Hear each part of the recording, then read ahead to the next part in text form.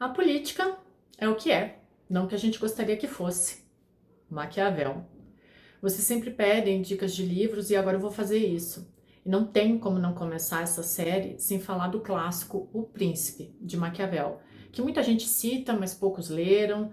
A maioria das pessoas tem uma leitura bem errada sobre o que Maquiavel quis dizer. E é típico de uma boa parte das pessoas que acham também que tem que ter opinião sobre tudo, ou que porque viram algum aforismo na internet já podem sair reproduzindo, né? A pena. Eu sou Deise Ocari, jornalista, doutora em ciência política, e eu sigo aqui, tentando explicar a política como ela é. Vou pedir para vocês se inscreverem aqui no canal, deixar o like, comentário, porque daí o YouTube entende que o conteúdo é importante. E apesar de tudo, eu ainda quero que esse canal continue contribuindo para o debate, né, para o livre debate. Mas vamos lá. O Maquiavel é o primeiro grande clássico que a gente lê na faculdade, né, e a gente destrincha ele no doutorado, né, inclusive com congressos. Ele já foi considerado o diabo da era florentina, né, mas ele era um defensor de um governo misto. E esse governo, diferentemente da monarquia e da aristocracia, ele assegurava o direito dos grandes, mas também do povo. Aí já começa a primeira grande leitura muito errada sobre Maquiavel e sobre o termo maquiavélico, né? Ele irritou as elites porque ele revelou a natureza pouco decente do poder.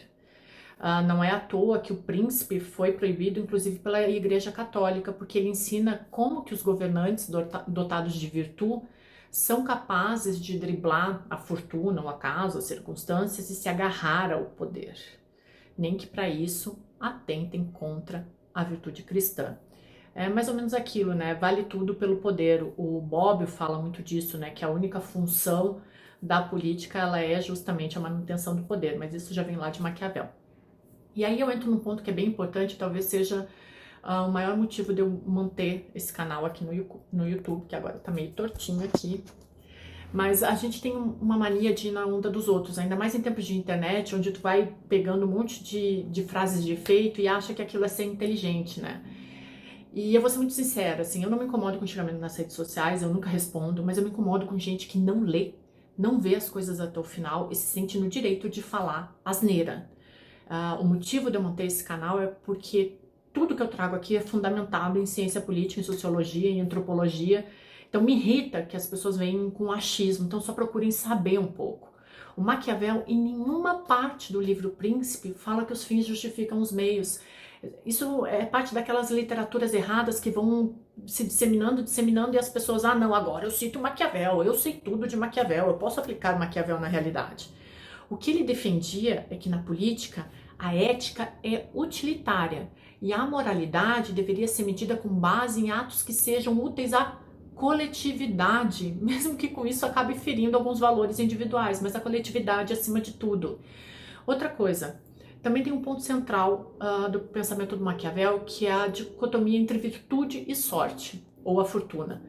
Na visão dele, ser virtuoso é saber o momento certo de agir e o momento certo de não fazer nada, sem deixar a margem para a fortuna. Tem um outro vídeo aqui, um dos primeiros vídeos que eu fiz aqui no canal foi sobre isso.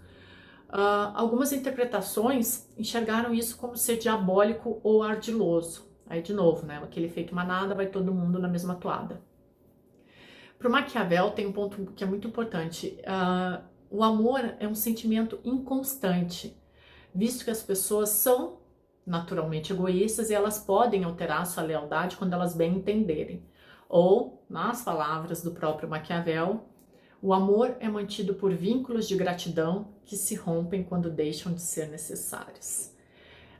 Já o temor, o medo de ser castigado, ele não pode ser ignorado com tanta facilidade, portanto ele não falha. Por isso que ele dizia que o político ele tem que ser temido e não amado. Todas as observações que o Maquiavel fez no Príncipe, todas as observações que ele tinha, no fundo elas mostram a intenção de esclarecer que o objetivo maior da política é manter a estabilidade social do governo a todo custo. A gente tem que lembrar que o contexto em que ele vivia era de guerras. De novo, nunca leia um livro, uma obra sem saber o contexto. O contexto que Maquiavel vivia era de guerras, era uma Itália fragmentada, com poder muito ditado pela época, né? Isso é uma coisa que a gente tem que deixar muito claro nesse momento em que existe um revisionismo histórico muito grande.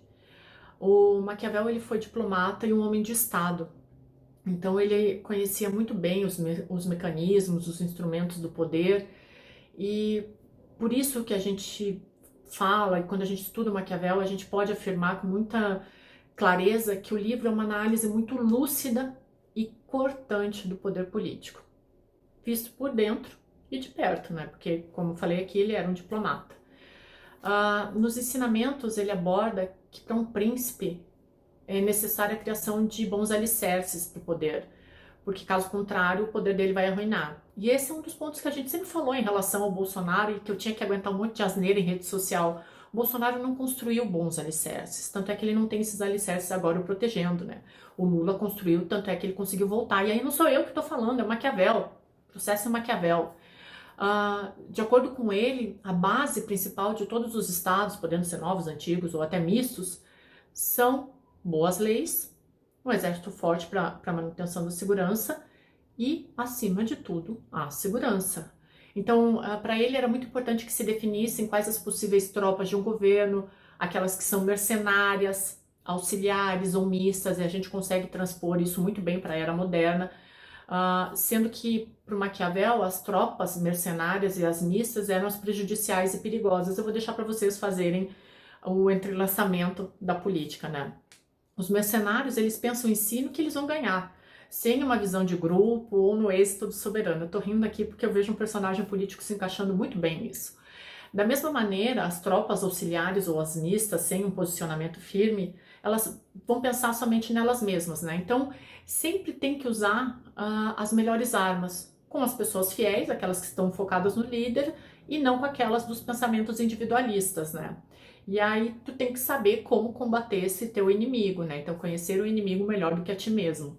O Renato Janine Ribeiro, que é um ex-ministro, ele foi ministro em 2015, e ok, com todos os vieses, mas ele é um grande cientista político, é uma pessoa que a gente tem que ler. Ele tem um livro muito bom sobre Maquiavel, que se chama Maquiavel, a Democracia e o Brasil.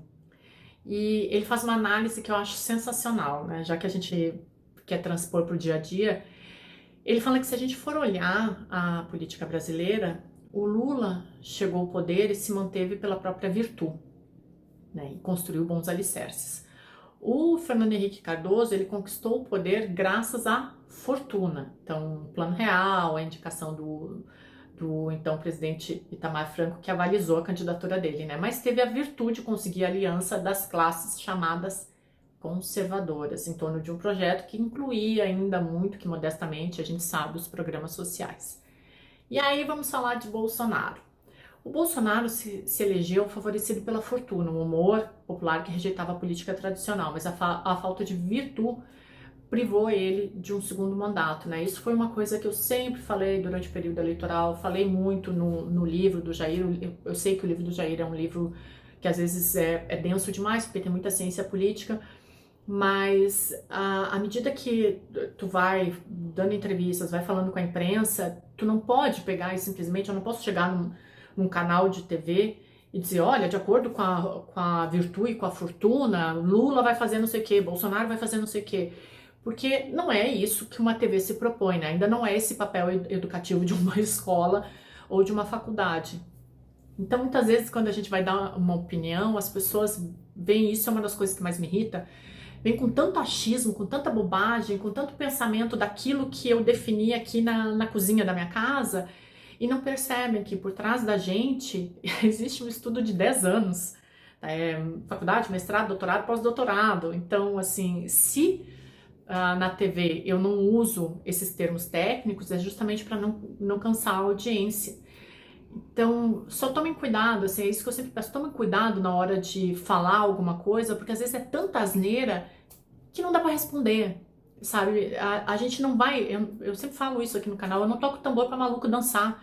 Eu não vou responder uma galera que tá simplesmente no achismo, numa loucura, ou porque ontem eu disse que o Bolsonaro era mal e hoje eu elogiei uma atitude do Bolsonaro, ela não sabe o que ela fala. Tudo por trás tem um fundamento de ciência política. Eu já mostrei os livros aqui, tem livro do Jair, tem livro de fake news, tem os meus artigos publicados. O ponto é que o Bolsonaro não tem a inteligência política suficiente para manter a direita mobilizada. Até agora ele não mostrou isso. São 30 anos de vida pública e isso ainda não aconteceu. A direita, obviamente, não está satisfeita com o governo Lula. E aqui tem mais 500 vídeos, tem 500 entrevistas minhas explicando o porquê e justificando. Agora, não venham nas minhas redes sociais ou aqui no meu canal pedir que eu comece a responder achismo ou a falar de achismo. Desculpa, não dá, não consigo, não vou jogar 10 anos de mestrado, doutorado e pós-doutorado na lata do lixo.